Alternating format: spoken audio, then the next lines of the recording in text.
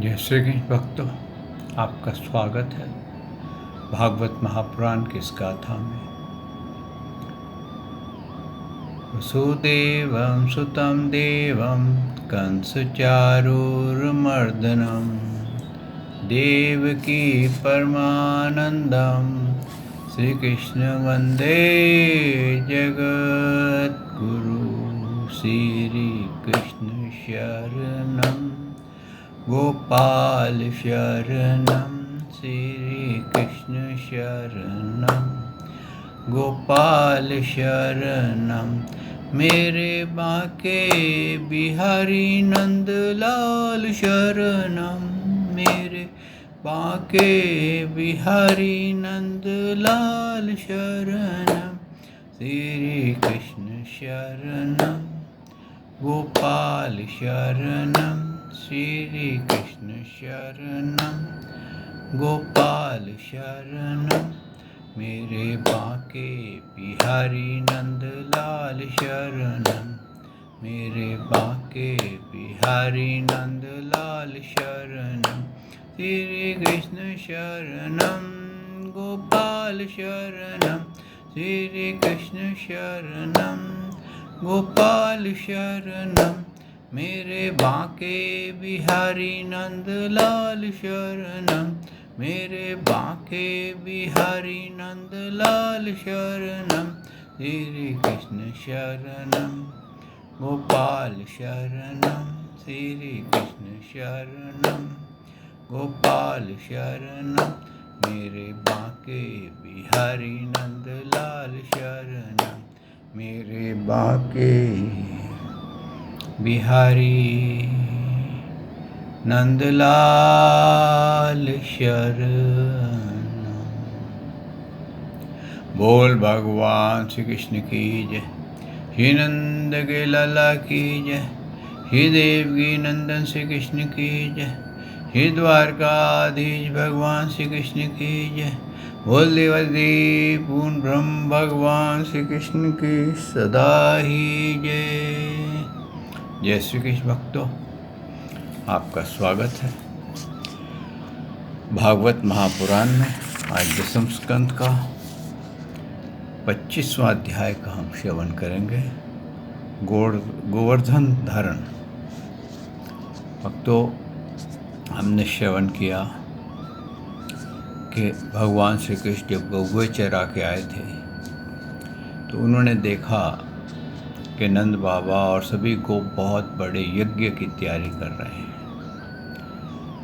और ऐसा भव्य यज्ञ, भगवान ने सोचा कि ये यज्ञ मेरे लिए है या किसी और के लिए, क्योंकि सभी यज्ञ में तो मैं ही हूँ। क्यों? भगवान ने स्वयं कहा है, अगर तुम किसी की भी पूजा करते हो वो मेरी ही पूजा है, लेकिन अगर तुम मेरे रूप के अतिरिक्त किसी और रूप में मेरी पूजा करते हो तो वो अविधि पूर्वक है। ये भगवान ने गीता में कहा है। तो इस तरह से भगवान ने सोचा पूजा तो खैर मेरी ही है, लेकिन ये जो कर रहे हैं अविधि पूर्वक कर रहे हैं। क्यों अविधि पूर्वक कर रहे हैं? क्योंकि ये देवताओं का क्रम भूल गए हैं कि देवता लोग वही फल उनको देना पड़ेगा, चाहे आप उनकी पूजा करें या ना करें, जो आपका प्रारब्ध में आपके फल आ चुका है। आप वो फल आपका अधिकार है। ये बिल्कुल वैसे ही है जैसे शेयर में आपको डिविडेंड मिलता है, इंटरेस्ट मिलता है, वो आपके अकाउंट में आ गया है। अब ये पॉसिबल नहीं है किसी भी बैंक अधिकारी के कि वो आपका डिविडेंड या आपका जो फल है उसको रोक सके। अगर आप वो फल, आपकी इच्छा है कि मुझे मिले, आप किसी की प्रार्थना करते हैं और वो आपके ऑलरेडी क्रेडिट हो चुका है आपके नाम पर, तो भक्तों वो हर हालत में आपको मिलेगा। आपको कोई मांगने की आवश्यकता नहीं है। इसीलिए कहते हैं कि भगवान से कभी कुछ मांगना नहीं चाहिए।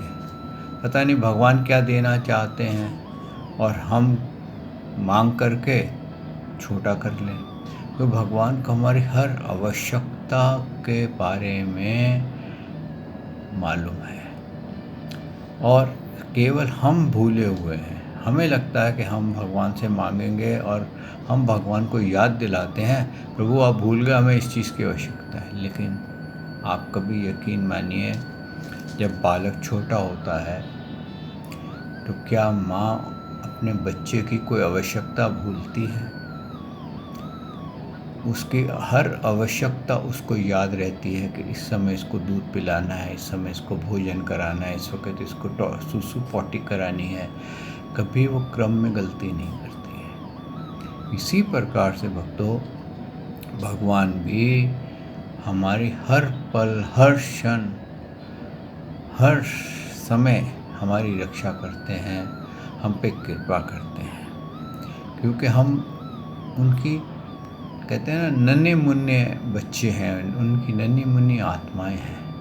तो प्रभु हमारे से द्वेष नहीं करते। यहाँ तक कि आपने श्रवण किया कि जिन्होंने भगवान से द्वेष किया उन तक को उन्होंने मोक्ष दे दिया। तो भक्तों, हम भटक जाते हैं और यही भगवान श्री कृष्ण ने कहा नंद बाबा से कि आप लोग के प्रारब्ध में ही वर्षा है, खेती है, आप सब कुछ वैसे ही होगा, आप इतना बड़ा क्यों यज्ञ कर रहे हैं? लेकिन अगर यज्ञ करना है तो गोवर्धन जी का करो।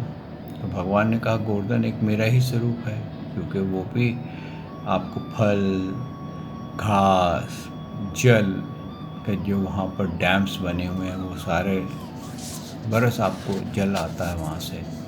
क्योंकि पहले गोवर्धन की हाइट जो थी ना वो बहुत ज़्यादा थी, और गोवर्धन की हाइट इतनी थी कि कहते हैं कि जब सूर्य शाम के 3-4 बजते थे तो मथुरा पे शेडो आ जाती थी गोवर्धन की, इतनी हाइट पे था। लेकिन गोवर्धन जो है उसको एक ये कहना चाहिए कि एक वरदान है या श्राप है कि वो, कहते हैं, तिल के बराबर हर रोज़ कम होता जाएगा, और जब गोवर्धन कम्प्लीटली ख़त्म हो जाएगा तो पूरे रूप से कलयुग का प्रभाव आ जाएगा। जब तक गोवर्धन है तो कलयुग का प्रभाव कम रहेगा, लेकिन जैसे ही गोवर्धन धरती में समाएगा वैसे ही सब तरफ अंधकार ही अंधकार हो जाएगा। तो इसी तरीके से कहते हैं, उन्होंने फाइनली सबको कहा कि अगर पूजा करनी हो, उन्होंने बताया, ज्ञान दिया, अगर किसी को पूजा करनी हो, भक्ति करनी हो तो केवल उस प्रभु की करो जो सृष्टि से पहले थे, आज भी हैं और सृष्टि के बाद भी रहेंगे। वही सबसे रक्षा करता है। इंद्र, अगर मान लो शिव जी आप पे कोप करें तो इंद्र क्या उसको प्रोटेक्ट कर सकेगा? नहीं कर सकेगा। तो इंद्र तो अपने देवी देवताओं को ही खाली कंट्रोल करता है, लेकिन जो इंद्र को भी कंट्रोल करते हैं, ब्रह्मा विष्णु महेश, तो इंद्र को भी कंट्रोल करते हैं। तो फिर ब्रह्मा विष्णु महेश को कौन कंट्रोल करता है? उनका भी कोई कंट्रोलर है। तो क्यों ना उसकी भक्ति की जाए जो उस भगवान श्री कृष्ण का, उस ईश्वर का, जो कि सृष्टि से पहले था, आज भी है और सृष्टि के बाद भी रहेगा। उसकी भक्ति करने का ही लाभ है, क्योंकि उसकी भक्ति करने से हम कर्म बंधनों से, प्रारब्ध से मुक्त हो सकते हैं, जीवन मृत्यु के पचड़े से निकल सकते हैं। तो यही उन्होंने कह करके इंद्र का यज्ञ भंग करवा दिया था। और दूसरा क्या था, उनको ये था कि इंद्र बहुत घमंड में आ गया, उसको ये लग रहा है कि मैं बहुत बड़ा देवता हूँ, मैं जो चाहूँ कर सकता हूँ और मेरी ही इच्छा से इनको भोजन मिलता है। वो ये भूल गया था कि वो क्रम का देवता है। तो आइए भक्तों, इस भागवत को आरंभ करते हैं।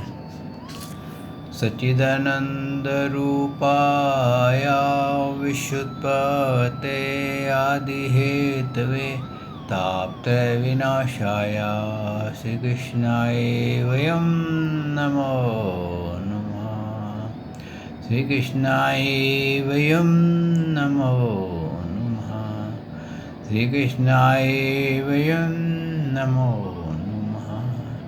श्री कृष्णाय वयं नमो नमः। बोल देवादिदेव पूर्ण ब्रह्म भगवान श्री कृष्ण की सदा ही जय।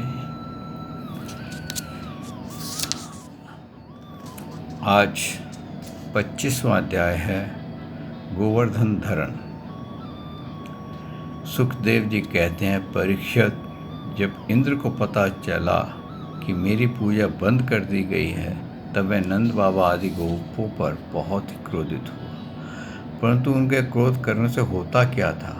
उन गोपों की रक्षा तो स्वयं भगवान श्री कृष्ण कर रहे थे। आप देखिए, यहाँ पर बहुत स्पष्ट सुखदेव जी ने एक रहस्य खोला है कि जिसकी रक्षा भगवान कर रहे हो या जो भगवान का भक्त हो, श्री कृष्ण को ही अपना इष्ट मानता हूँ। कहते हैं ना, केवल श्री कृष्ण, एक नाम, एक गुरु, एक ईश्वर। तो श्री कृष्ण जब हर तरफ से उनका नाम जाप कर रहा हो, उन्हीं के अंतःकरण, उन्हीं का चिंतन करता हो, मन वाणी शरीर से उन्हीं की भक्ति करता हो, तो ऐसे भक्त का इतना बड़ा देवता इंद्र कुछ भी नहीं कर सकता था। इसी प्रकार से भक्तों, जब हम भगवान श्री कृष्ण की भक्ति में लीन होते हैं तो कहते हैं, अगर मुसीबत आने पे आपको अगर कभी रात को शमशान घाट में भी सोना पड़े और आप श्री कृष्ण के कट्टर पक्के भक्त हैं तो आपको वहाँ पर भय नहीं लगेगा। आपको जो चिताएं जल रही होंगी वैसे लगेंगे जैसे कोई हवन की लकड़ियाँ जल रही हैं। आपको वहाँ पर दुर्गंधी नहीं आएगी। और ऐसा कहा जाता है, ऐसा लोगों का अनुभव भी है। तो भक्तों, कहने का तात्पर्य ये है कि इंद्र ने अपना, कहते हैं ना, एड़ी चोटी का जोर लगा लिया था। एड़ी चोटी का जोर लगा लिया था, फिर भी वो एक बाल बांका भी नहीं बिगाड़ सका, एक घर को भी डिबो नहीं सका। आगे सुखदेव जी कहते हैं, इंद्र ने अपने पद का बड़ा घमंड था। वह समझता थे कि मैं त्रिलोकी का ईश्वर हूँ। उन्होंने क्रोध से तिल मिलाकर परले करने वाले मेघों को, संवर्तक नामक गणों को व्रज पर चढ़ाई करने की आज्ञा दी और कहा, हो, इन जंगली ग्वालों को इतना घमंड कि सचमुच ये धन का ही नशा है। बड़ा देखो तो सही, एक साधारण मनुष्य कृष्ण बलराम, उन्होंने मुझे देवराज का अपमान कर डाला है। जैसे पृथ्वी में बहुत से मंदबुद्धि पुरुष अवसागर से पार जाने के सच्चे साधन ब्रह्म विद्या को तो छोड़ देते हैं और नाम मात्र की टूटी हुई नाव से कर्ममय यज्ञ से इस घोर संसार सागर को पार करना चाहते हैं। कृष्ण बकवादी, नादान, अभिमानी और मूर्ख होने पर भी अपने को बहुत बड़ा ज्ञानी समझता है। वह स्वयं मृत्यु का ग्रास है, फिर भी उसका सारा सहारा लेकर के इन हीरों ने मेरी अवहेलना की है। अब उसको ये मालूम नहीं था। देखिए, देवताओं को भी ये मालूम नहीं होता भगवान कब किस रूप में प्रकट हो जाते हैं, क्योंकि भगवान ने कहा है ना, मेरी उत्पत्ति यानी कि मेरे प्रकट होने को ना तो कोई देवता जान सकता है, ना ही कोई योगी जान सकता है, ना ही कोई तपस्वी जान सकता है। मेरा कब क्या लीला होने वाली है इसका रहस्य कोई नहीं जान सकता। इसीलिए कहते हैं कि केवल बिना किसी कामना के श्री कृष्ण का नाम जाप करना चाहिए, क्योंकि प्रभु का कब कौन सा फल आपको वो दे दें, कौन सी वस्तु आपको बता दें, वो आप सोच नहीं सकते हैं। यहाँ इंद्र जैसे देवता, जिसको हर पल पल की खबर रहती थी, उसको भी भगवान नादान लगे थे। ब्रह्मा जैसे, इंद्र से तो बहुत ऊंचे हैं, वो भी भ्रमित हो गए थे। तो इस तरह से कहते हैं कि जो ईश्वर भक्ति में लीन हो जाता है से उस भगवान के रूप में जो सृष्टि से पहले था, आज सृष्टि में भी है और सृष्टि के बाद भी रहेगा, वो कभी किसी भी जगह पर उसको मायावी या कोई देवता या भूत प्रेत या कोई भी उसका बाल बांका नहीं बिगाड़ सकता। भक्तों, ऐसे आपको कई उदाहरण मिलेंगे वृंदावन के अंदर, जहाँ पर भगवान श्री कृष्ण ने अपने भक्तों की बहुत रक्षा की है। बहुत वर्ष पहले एक जज थे, उनकी कोर्ट में एक केस आया था और वो जो था मनी लेंडर, आड़ती, उसने केस किया था और उसने क्या चाल चली थी कि पैसा भी ले लिया था और पैसा लेकर के उसको चाय वाय पिलाने के बहाने जो रसीद लिखी थी कि मुझे पैसा मिल गया है, वो रसीद भी वो बातों बातों में मुझसे खींच ली थी, उसको पता नहीं चला। बाद में आड़ती की नीयत जो थी मनी लेंडर की, उसकी नीयत ख़राब हो गई। उसने सोचा क्यों ना मैं इसके खेत खा जाऊं, थोड़े से पैसे के अंदर इसका पूरा खेत खा जाऊंगा, पैसा तो दे चुका है ये। तो उसने केस कर दिया। तो जब वो किसान वहाँ पहुँचा तो उससे पूछा जज ने कि भाई तू कहता मैंने पैसा दे दिया, तो कोई तेरी विटनेस है क्या, कोई गवाह है तेरा क्या, कोई गवाही कर देने वाला है क्या जो तेरा ये गवाही दे के हाँ भाई तूने पैसा इसको दिया है। तो उसने आंखें बंद की, आंखों में से आंसू निकलने लगे। कहता प्रभु जज साहब, माई बाप, मेरा तो एक ही गवाह है, वो है बाके बिहारी। तो बोले ठीक है, बाके बिहारी को बुला लो। प्रभु वो तो सर्वत्र है। तो मैं ऐसे करता हूँ, उसके नाम सम्मन भेज देता हूँ और उसको बोलो अगली तारीख पे आके गवाही देगा। कहाँ रहता है? वृंदावन में बाके बिहारी मंदिर में रहता है। अब जज साहब भी समझे नहीं, उन्होंने सम्मन निकाल दिए बाके बिहारी वृंदावन मंदिर के नाम से, और वो सम्मन निकल गए। सम्मन जो निकले तो वहाँ पर जब वो गया, उनका जो जाता है वैलेट जाता है, वो जा कर के उसने सम्मन, एक आदमी ने, किसी ने उसके रिसीव कर लिए और वहाँ पर जब तारीख लगी तो रो रहा था किसान कि मेरा बाके बिहारी कहाँ से आएंगे, ये तो मैंने वैसे कह दिया, लेकिन उसको पूरा विश्वास था कि बाके बिहारी मुझे बचा लेंगे। तो जब आवाज़ लगाई गई कि भाई बाके बिहारी हाजिर हो, तो वहाँ पर एक नौजवान सा मतलब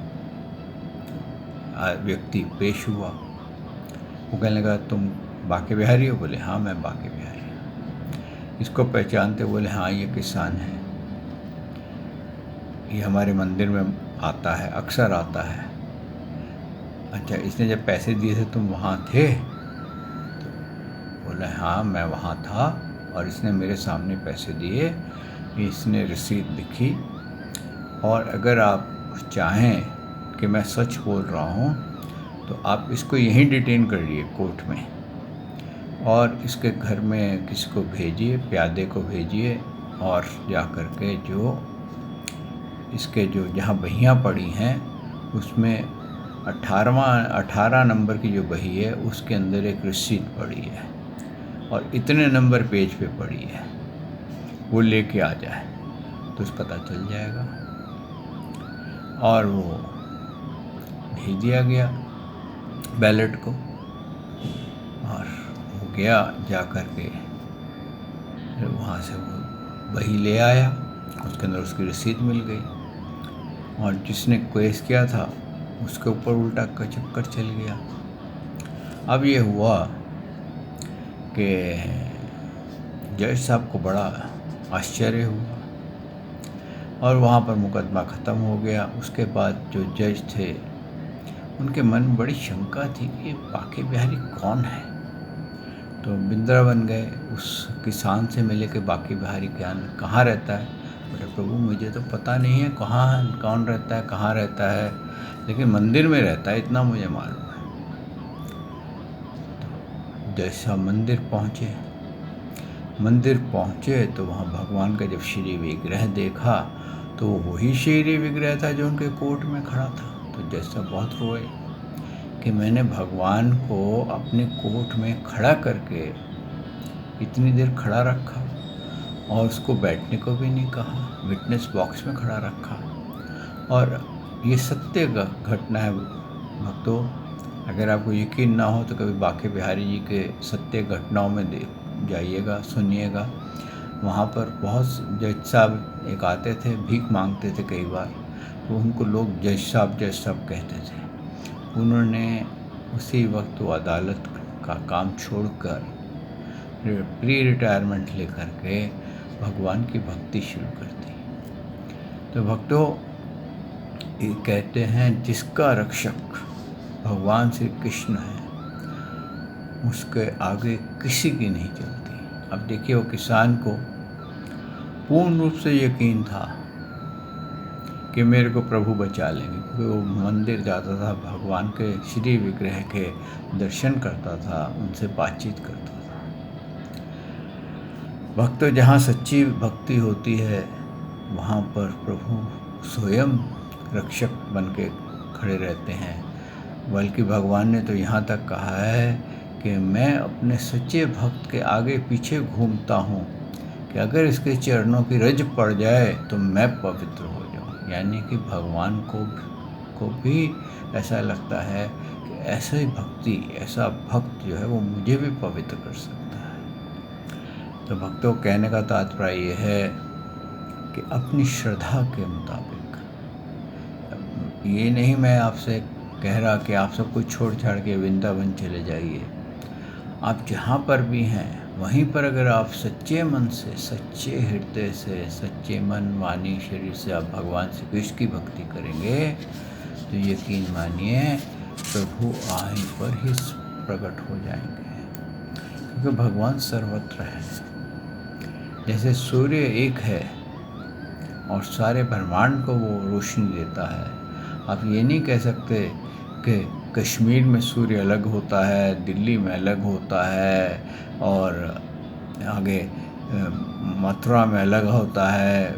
ऐसे करते हुए आप बॉम्बे में अलग होता है, मद्रास में अलग होता है, श्रीलंका में अलग होता है। एक ही सूर्य है। आप अगर सोलर सेल को कश्मीर में रखेंगे तो वो वैसे ही चार्ज करेगा जैसे कि आप उसको कन्याकुमारी या मद्रास में रखेंगे, चेन्नई में रखेंगे। तो भक्तों, कहने का तात्पर्य यह है कि आजकल जैसे कोरोना काल चल रहा है, मंदिर, गिरजा सब बंद पड़े हैं, लेकिन क्या भगवान बंद हो गए हैं? नहीं, भगवान तो आज भी बाहर ही हैं। पहले हम भगवान के पास जाते थे, आज भगवान हमारे घर पे हैं। क्योंकि भगवान से हमारा विशेष प्रेम है तो वो हमारे अंदर रहते हैं, हमारे साथ रहते हैं। तो भक्ति में कोई कमी नहीं आई, उनकी पावर में कहीं कोई कमी नहीं आई। इसी तरीके से भगवान जो ब्रजवासी थे उनका भगवान पे पूरा विश्वास था। जब इतना बड़ा तूफान इंद्र ने छोड़ दिया तो कहते हैं कि वहाँ पर ऐसी बरसात हुई थी कि हाथी के सूंड के बराबर बड़े बड़े धारे बही थी और ओले बरसे थे। और आज भी कहते हैं कई जगह पर आप गोवर्धन पर्वत पे देखेंगे तो वहाँ पर वो गड्ढे पड़े हुए हैं जो उस टाइम पे बरसते थे। तो कहते हैं जब ऐसी बरसात हुई तो सभी ब्रजवासी जो थे वो इकट्ठे होकर के भगवान श्री कृष्ण के पास आए और उन्होंने कहा कि शायद ये इंद्र का क्रोध है, हमने उसकी पूजा बंद कर दी। तो भगवान ने कहा फिर क्या हुआ, हमने किसकी पूजा की? बोले हमने गोवर्धन की पूजा की। तो गोवर्धन की पूजा पे तुमने भगवान का रूप देखा था? बोले हाँ, हमने साक्षात भगवान को हमारे हाथ से खाते हुए देखा था।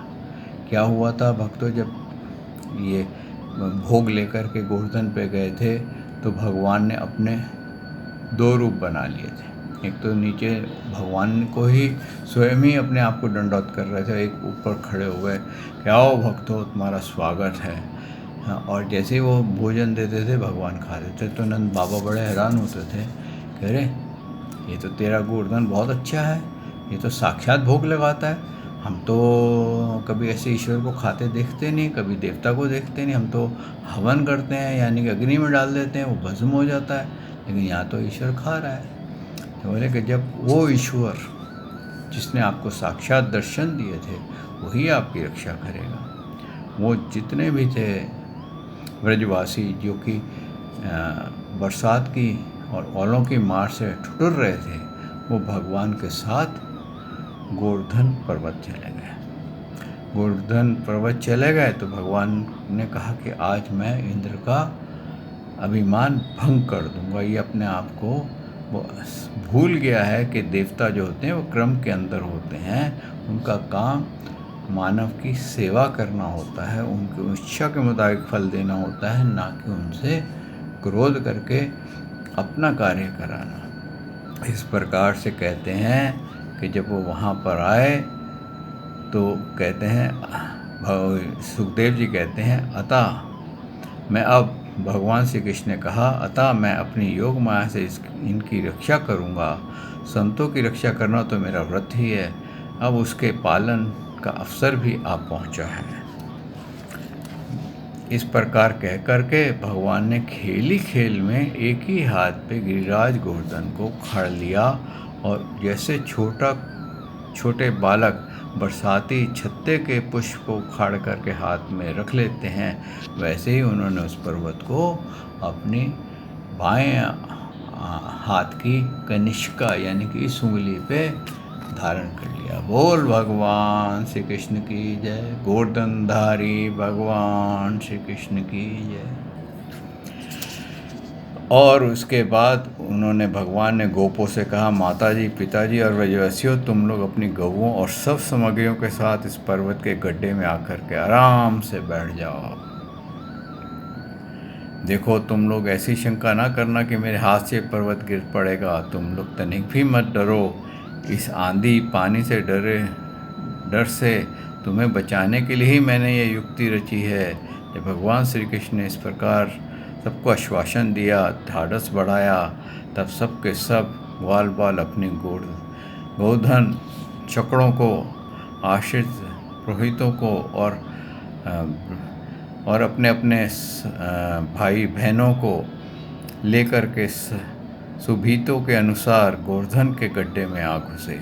भगवान श्री कृष्ण सब ब्रजवासियों के देखते ही देखते भूख प्यास की पीड़ा, आराम, विश्राम, आवश्यकता आदि सब कुछ भूल करके 7 दिन तक लगातार उस पर्वत को उठाए रखा। देखिए, ये थे मेरे प्रभु कि उन्होंने अपना, कहते हैं भगवान को तो किसी चीज़ की आवश्यकता नहीं है, लेकिन फिर भी उन्होंने, कहने का तात्पर्य है कि उन्होंने कितना बड़ा सेक्रीफाइस किया कि 7 दिन तक कुछ नहीं खाया पिया, कुछ नहीं, केवल उनको उठाए रखा। और वहाँ पर सब आनंद से खा रहे थे। यहाँ तक कि कहते हैं कि यशोदा मैया ने कहा, अरे भाई कुछ की मदद करो, इसको कुछ खिला दो। तो जो गोप थे उन्होंने कहा कि अच्छा भाई हम अपने अपने डंडे लठियाँ लगा देते हैं। उन्होंने लठियाँ लगाए और बोला, कन्हैया हमने लठियाँ लगा दी, अब तो आराम से अपनी उंगली नीचे कर ले और आ जा। जैसे ही भगवान ने उंगली नीचे करी, तड़ करके वो लठियाँ टूट गई। बोले रुक जा कन्हैया, फिर से उठा। भगवान ने फिर उठा दिया। अब भगवान के लिए तो वो खेल था, लेकिन उनके लिए इस चीज़ को, माया को समझ नहीं पा रहे थे। और इस प्रकार से कहते हैं भगवान ने 7 दिन तक गोवर्धन को धारण किया रखा। और वहाँ पर सभी ग्वाल वालों को सभी आनंदित रहे। और भगवान ने क्या करा, शेषनाग जी को तो लगा दिया, वृंदावन के सारे तरफ बाउंड्री बनवा दी कि पानी अंदर ना आए। और सुदर्शन को लगा दिया कि जितना भी पानी बरस रहा है इसको सो लो। जब 7वें दिन ये ग्वाल बाल बाहर निकले तो क्या देखते हैं, सब ड्राई है, कहीं पानी नहीं है। तो वो बड़े हैरान हुए कि हमारे घर बार जैसे हम छोड़ के गए थे वैसे के वैसे ही हैं, तिनका भी नहीं खराब हुआ इतनी भारी बरसात में, क्योंकि भगवान उनकी रक्षा कर रहे थे। तो उनमें से एक ग्वाल वाला बोला कि भैया गोवर्धन को इतना भोग लगाया, किसी ने पानी इनको पिलाया? बोले नहीं पिलाया। बोले फिर यही सारा पानी पी गए। तो कहने का तात्पर्य है ये भगवान की माया है। जिसको भगवान अपना मानते हैं या जो भगवान को अपना मानता है, भगवान हर हालत में उसकी रक्षा करते हैं। आइए भक्तों, यहाँ आज वाणी को विश्राम देते हैं। कल प्रभु ने चाहा तो मैं आपकी सेवा में आगे हाजिर होऊंगा और इसके आगे की गाथा गाएंगे। श्री कृष्ण शरणम गोपाल शरणम, श्री कृष्ण शरणम गोपाल शरणम, मेरे बांके बिहारी नंद लाल शरणम, मेरे बांके बिहारी नंद लाल शरणम, श्री कृष्ण शरणम गोपाल शरणम, श्री कृष्ण शरणम गोपाल शरणम, मेरे बांके बिहारी नंद लाल शरणम, मेरे बांके बिहारी नंद लाल शरणम, श्री कृष्ण शरणम गोपाल शरणम, श्री कृष्ण शरणम गोपाल शरणम, मेरे बांके बिहारी नंद लाल शरणम, मेरे बांके बिहारी नंद लाल शरणम। बोल भगवान श्री कृष्ण की जय, हे नंद के लाला की जय, हे देवकी नंदन श्री कृष्ण की जय, हे द्वारकाधीश भगवान श्री कृष्ण की जय। बोल देवादिदेव पूर्ण ब्रह्म भगवान श्री कृष्ण की सदा ही जय। जय श्री कृष्ण भक्तों।